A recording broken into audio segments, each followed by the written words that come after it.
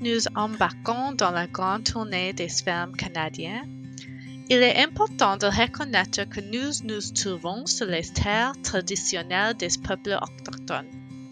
L'agriculture en classe Canada reconnaît et honore la présence durable des diverses communautés autochtones à travers le Canada, y compris les Premières Nations, les Métis et les Inuits. Nous reconnaissons le lien profond qui existe entre les peuples autochtones et la terre, les eaux, les ressources et l'agriculture. Nous leur exprimons notre gratitude pour l'intendance et la garde de ces terres depuis des générations. Agriculture en classe Canada reconnaît que la reconnaissance des territoires traditionnels sur lesquels nous résidons et travaillons est un petit pas vers la réconciliation. Nous demandons à chacun de continuer à en apprendre plus sur les peuples autochtones de ces régions, de considérer l'histoire et le colonialisme actuel sur ces terres et de réfléchir à la façon dont chacun d'entre nous peut contribuer à la réconciliation. Bonjour, bienvenue tout le monde à notre prochaine étape de saison 4 de la grande tournée des fermes. Nous sommes ravis que tout le monde se rejoigne à nous de partout au Canada. Je m'appelle Kalisha d'Agriculture dans la classe Canada et je serai votre présentatrice pour aujourd'hui. Avant de commencer, nous souhaitons simplement faire quelques rappels. Premièrement, pour ceux qui veulent suivre en français, veuillez utiliser le lien Boostlingo fourni dans le chat ou la description de l'événement pour accéder au service d'interprétation fourni aujourd'hui.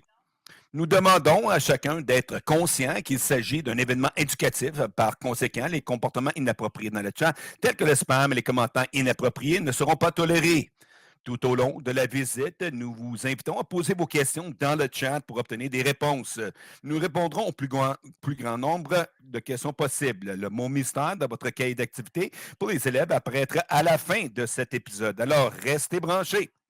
Cinquièmement, les étudiants, les réponses importantes à votre activité de cahier, telles que les territoires, l'arbre territorial et les significations des armoiries territoriales seront partagées durant la pause cerveau. Enfin, nous aimerions savoir de où chacun de vous vous joignez à nous. Commentez dans le chat votre école et votre emplacement. Maintenant, on aimerait souhaiter la bienvenue à notre prochain invité, James Conway, qui est un spécialiste hydroponique à l'élévation à Durham College en Ontario. Bonjour, je suis un membre ici dans l'agriculture urbaine et c'est beaucoup d'importance. Mais ce que ça veut dire que nous développons des fermes ici pour fournir des pommes et de la nourriture pour tout le monde en autour de nous. Je suis gradué de Durham College, technicien de Durham, et je travaille sur les fermes ici pendant plus de 2 ans. Avant ça, j'avais un diplôme en TI et le réseautage de la sécurité. Donc, je partage l'amour de la technologie et des plantes et je peux gérer les deux ensemble. Bon, c'est merveilleux d'entendre ton expérience et ton arrière-plan. Y a-t-il une école à laquelle tu aimerais saluer avant de commencer? Bonjour et bienvenue ici. Merci pour votre temps.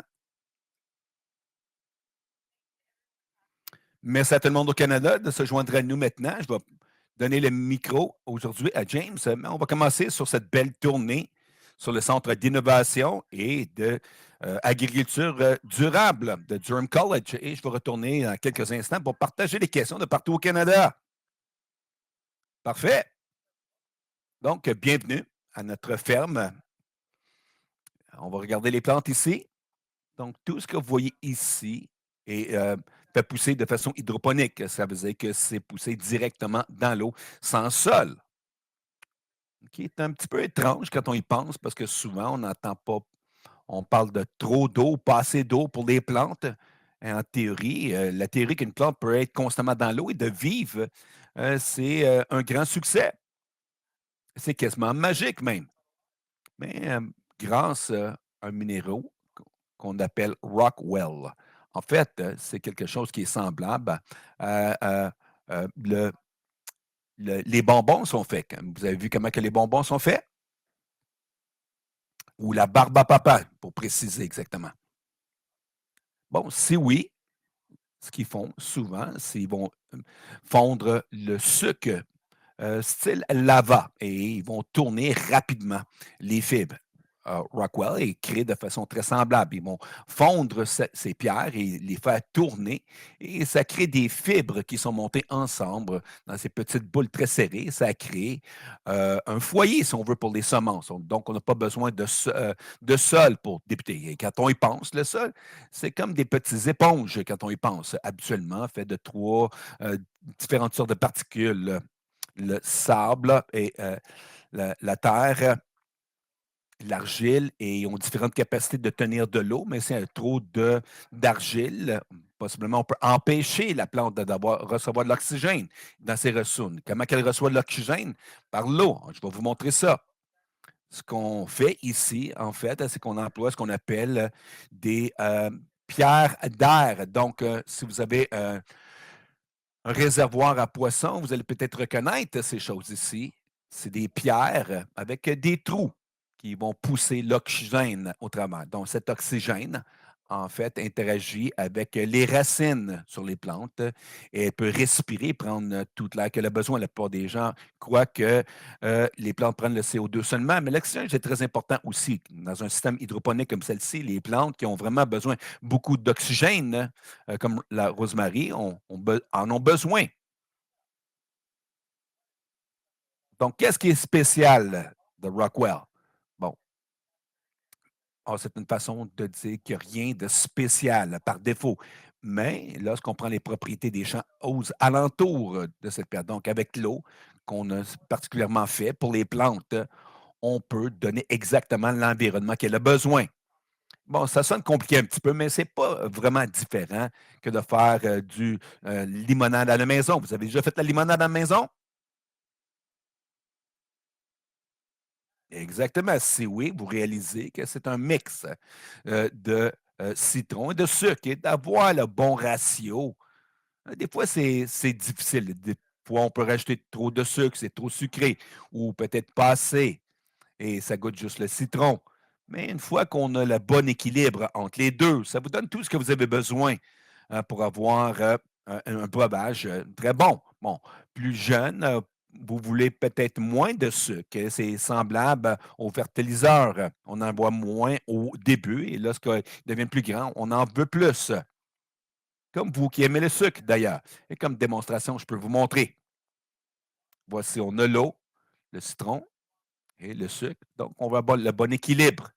Donc, j'ai fait un peu de recherche pour savoir généralement combien de sucre, 2 litres d'eau, 2 tasses de sucre et 2 tasses de citron. Bon, il y a une propriété intéressante qui arrive ici lorsqu'on rajoute le sucre dans l'eau. Elle va se dissoudre. Bon, souvent, l'eau a seulement la capacité de tenir une certaine capacité de sédiments ou de nutriments avant d'être saturée, qui veut dire qu'il y en a trop. Elle ne peut plus en prendre. Bon, cette valeur peut changer lorsque vous rajoutez de la chaleur. Comme faire de la lave en rajoutant de la chaleur à l'eau, vous pouvez rajouter plus de sucre. Donc, le citron aussi, comme un exemple, comme référence, le citron, c'est acide. Et lorsqu'on fait cette eau, ce n'est pas simplement le sucre ou les nutriments qui sont importants, mais c'est aussi l'acidité. Lorsqu'on pense à l'acide, on pense au, aux bandes dessinées, puis qu'on déverse de l'acide, puis que ça tout fond alentour. Bon, en rajoutant ça dans l'eau, on laisse les sédiments ou les pierres alentour de fondre un peu, si on veut, dans l'eau.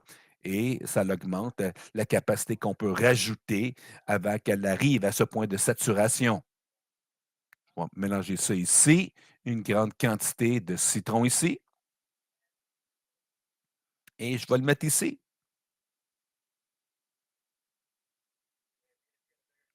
Donc, peut-être que j'aurais besoin d'un plus grand contenant pour la prochaine fois. Mais comme vous voyez, on peut le remplir et on a cet équilibre des deux. Ça nous donne ce qu'on veut. Mais quand on parle de plantes, on doit utiliser comme un fertilisant. Donc, comment faire ça? En fait, c'est très semblable. Vous pouvez prendre le fertilisant en poudre, la rajouter dans l'eau et, comme mes amis au collège disent, appellent le Kool-Aid interdit. On ne peut pas boire ce Kool-Aid-là, ça ne goûte pas bon.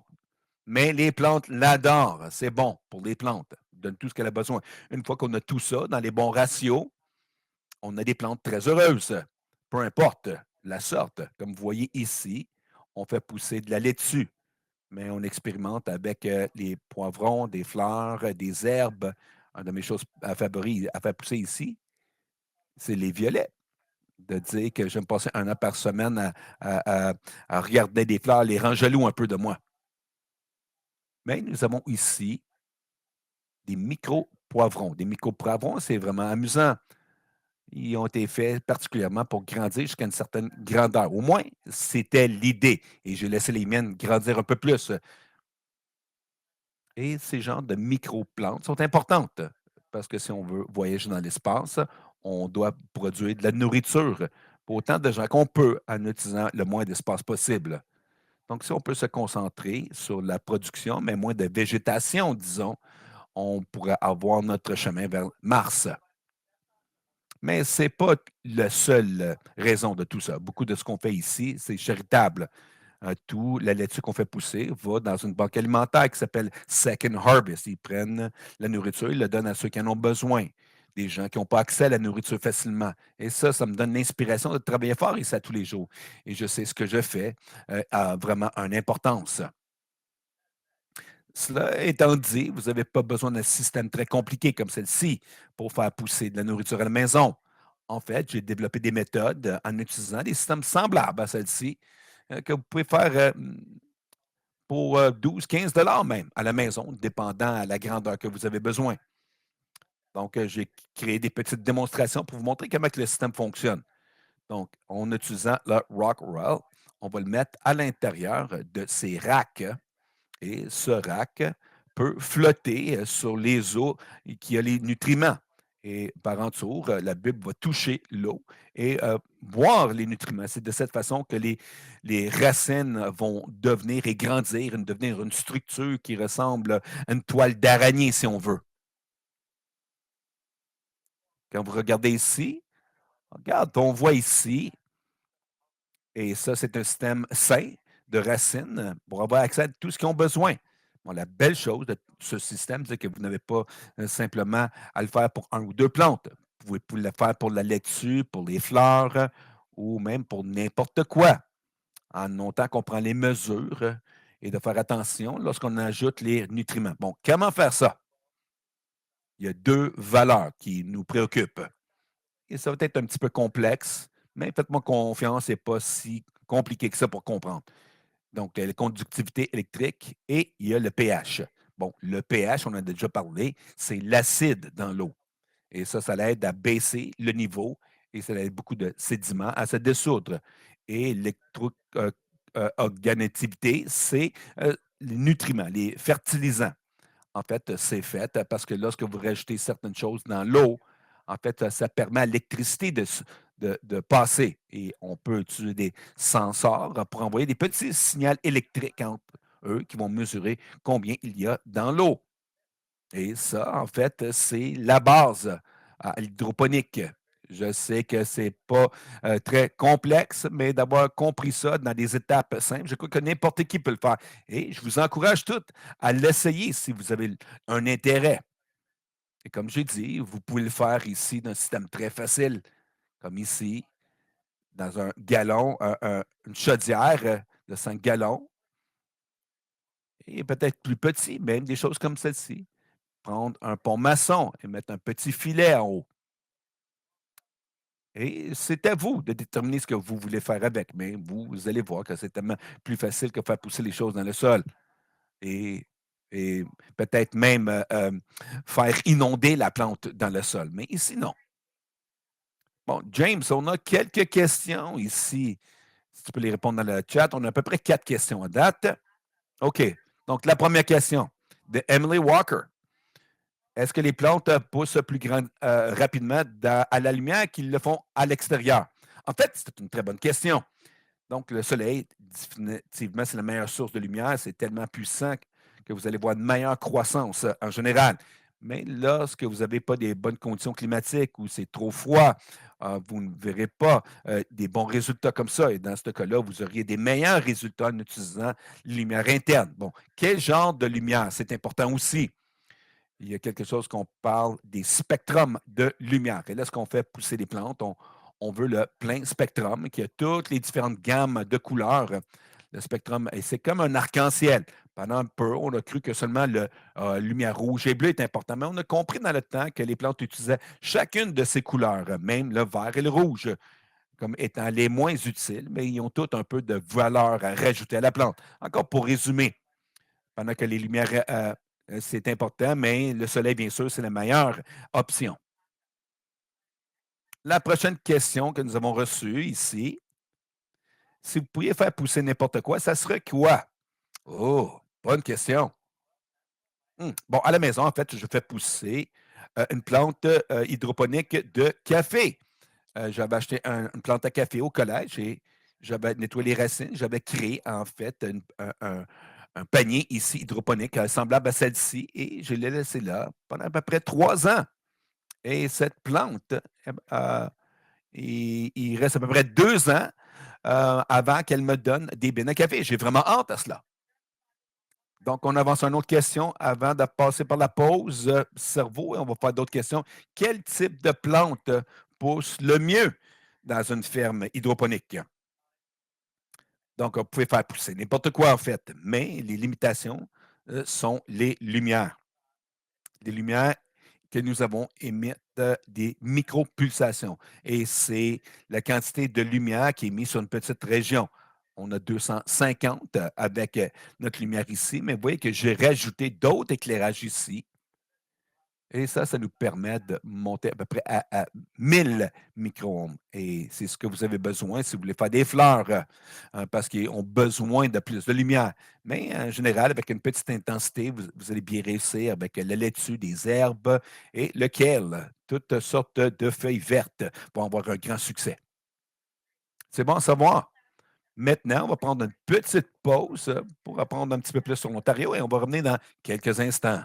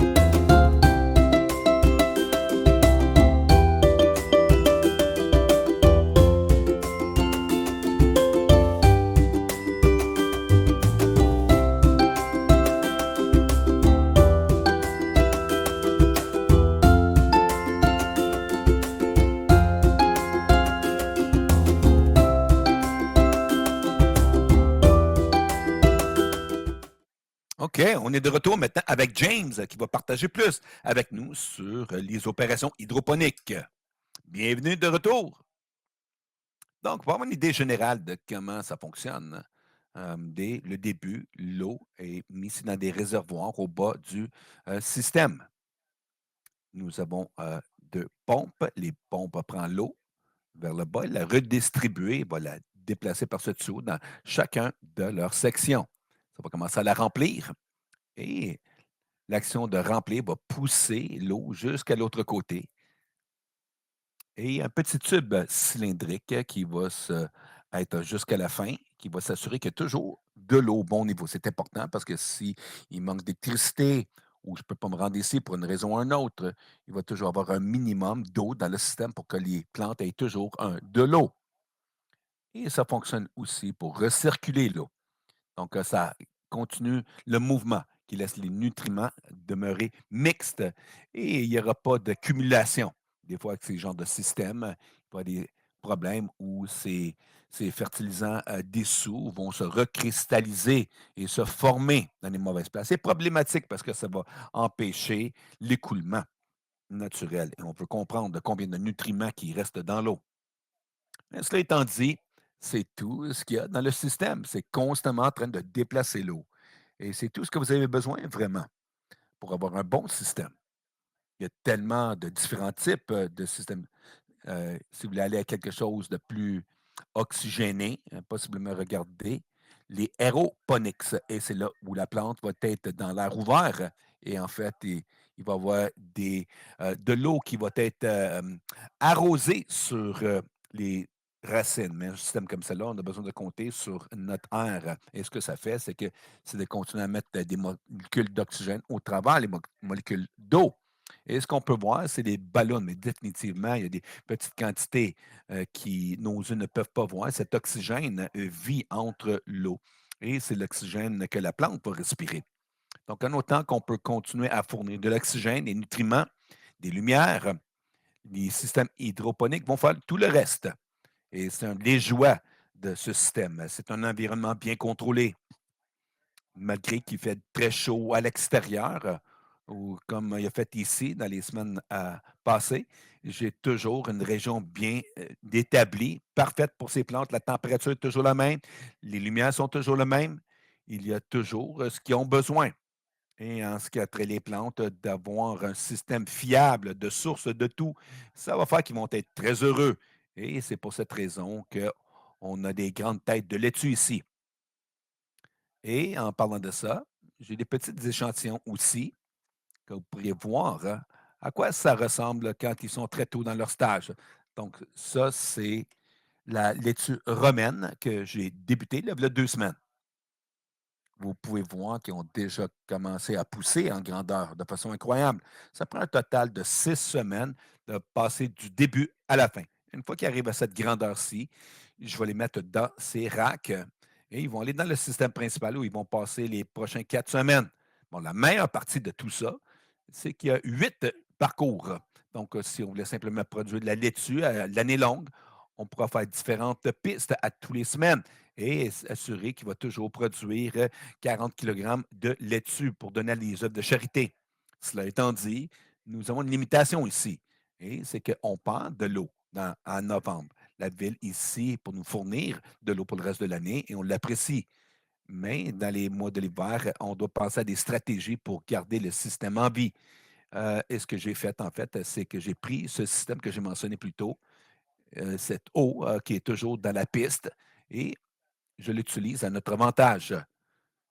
Donc, j'éteins nos pompes et je mets l'eau qu'on peut mettre dehors, qui fait froid, et je vais la laisser la nuit. Et en faisant ça, je peux garder ce système en fonction tout l'hiver, même si on ne reçoit pas de l'eau directement.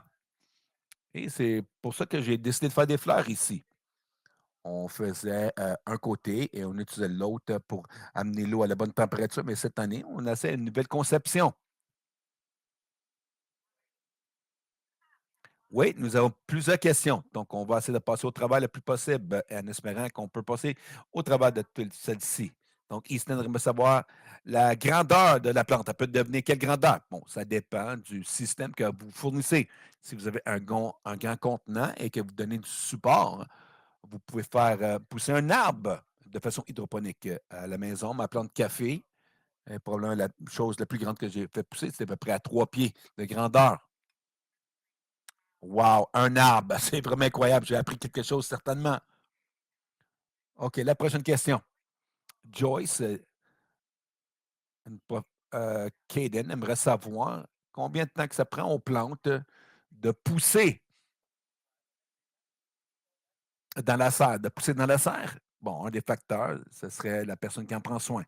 Il y a des gens qui vont être trop attentifs et arrosés tous les jours, et ça peut causer des problèmes. Un des éléments clés avec les plantes, c'est la patience. On veut laisser les choses sécher avant de les arroser encore et de les garder en vie. Bon, généralement, vous allez avoir le même temps dans le système hydroponique, le même temps que dans une le temps qu'on prend pour faire pousser les choses dans une ferme. La prochaine question que nous avons ici, Elijah veut savoir s'il manque d'eau, qu'est-ce qui arrive si vous n'avez pas l'électricité pour l'éclairage? C'est une très bonne question. Lorsque vous n'avez pas l'électricité pour les lumières, le système est à risque parce que lorsque vous manquez d'électricité, vous manquez le climatisé, les systèmes de chauffage aussi. Donc, si je n'ai pas l'électricité pour plus d'une journée, disons, la température ici va commencer à être égale à la température extérieure. Donc, possiblement que s'il ne mourra pas, il y aura des résidus, mais définitivement que ça va arrêter la croissance. Et si je ne peux pas allumer les pompes ici, les pompes ils vont fonctionner sans d'eau et ça va arrêter et le moteur ne fonctionnera plus non plus. Et d'autres parties du système aussi ne fonctionneront pas. Bon, s'il manque d'électricité, je vais être ici pour réparer. On l'espère. Donc, c'est une bonne question. La prochaine question que nous avons ici, si vous avez besoin d'une plante qui a besoin d'être pollinée, bon, ça, c'est une bonne question. Les poivrons, en fait, ont besoin d'être pollinés. La solution à ça, une, une brosse à dents électrique. Et tout ce que vous avez à faire, c'est venir ici, d'aller de fleur en fleur. Et le pollen va sur la brosse à dents et on va entre les fleurs. Et c'est un processus, si on veut, quand on en fait beaucoup, mais je suis un spécialiste maintenant. C'est incroyable. Oui, j'apprends des nouvelles choses aujourd'hui, honnêtement. La prochaine question que nous avons, la deuxième année veut savoir la température qu'il peut y avoir dans la serre. Bon, dans la serre, ici, en soi, ça peut monter au-delà de 35 degrés Celsius sur une journée chaude. Et vous ne devriez pas être dans ça. Les plantes, OK. Même les plantes n'aiment pas trop ça des fois, mais ça dépend de quel genre de serre qu'on entretient. Il y en a qui ont des meilleurs systèmes pour déplacer l'air chaude. Quand il y a un sensor qui arrive à une certaine température, les ventilateurs vont partir et la chaude vont quitter. J'ai déjà été dans une serre de 42 degrés Celsius et j'avais des tomates. On va prendre deux autres questions maintenant et malheureusement, on va devoir arrêter. C'est bon de voir que tout le monde ici est intéressé, qui ont beaucoup de questions. Il y a encore beaucoup de questions ici. Madame Cumming, sa classe veut savoir quand est-ce que vous savez si les plantes sont prêtes à être cueillies? Comment savoir lorsque les plantes sont prêtes à être cueillies? Ça varie. Mais pour la laitue, je vais m'attendre que ça devienne assez grand, que ce soit assez pour une personne à manger. Une chose qu'on m'a dit, c'est que un chef professionnel aime la laitue être la grandeur de la bouche de quelqu'un. Bon, c'est plus facile pour la personne qui va manger. Mais je trouve que ces plantes poussent tellement bien une fois qu'on arrive à une certaine grandeur et que et j'aime les laisser venir à pleine grandeur, mature, pour les gens qui en ont besoin, ils ont plus de nourriture et pas simplement la belle nourriture. Oui, c'est bon. Une dernière question pour aujourd'hui, pour notre tournée. Marshall demande, depuis combien de temps tu as travaillé là? Si tu comptes le temps que j'ai travaillé au collège, ça va être ma cinquième année au total. J'ai passé les premières deux en travaillant de l'hydroponique verticale. Ça serait plutôt dans des taux verticales qu'on mettrait une à côté de l'autre. Et ça, c'est vraiment bon aussi pour épargner de l'espace. Mais lorsque vous travaillez, c'est pas très pratique. C'est très claustrophobique, c'est difficile de bouger et on frappe les choses. Si on ne peut pas penser ici, il y a beaucoup d'espace en fait pour faire tout ce que j'ai besoin de faire et je peux me déplacer librement. Et c'est vraiment, c'est parfait. Comme tu le sais, James, il manque de temps, mais y a-tu un dernier mot que tu aimerais partager? Utilisez toujours votre imagination. N'arrêtez pas. C'est là qui va alimenter vos idées, votre futur. Vous allez pouvoir créer tellement de belles choses si vous vous laissez aller. En même temps, n'ayez pas peur d'être gentil aux gens. La gentillesse est une force et essayez d'être la personne la plus forte que vous pouvez être. Je crois que ça, c'est vraiment des bons conseils. Et j'espère que vous avez tous appris quelque chose aujourd'hui. Je sais que moi, j'ai appris quelque chose, mais avant de terminer cet épisode, et merci d'avoir attendu patiemment, je vais partager le mot mystère. C'est l'exploitation familiale. Merci de vous être rejoint à nous, James. Notre prochain arrêt va être le 27 novembre en Colombie-Britannique.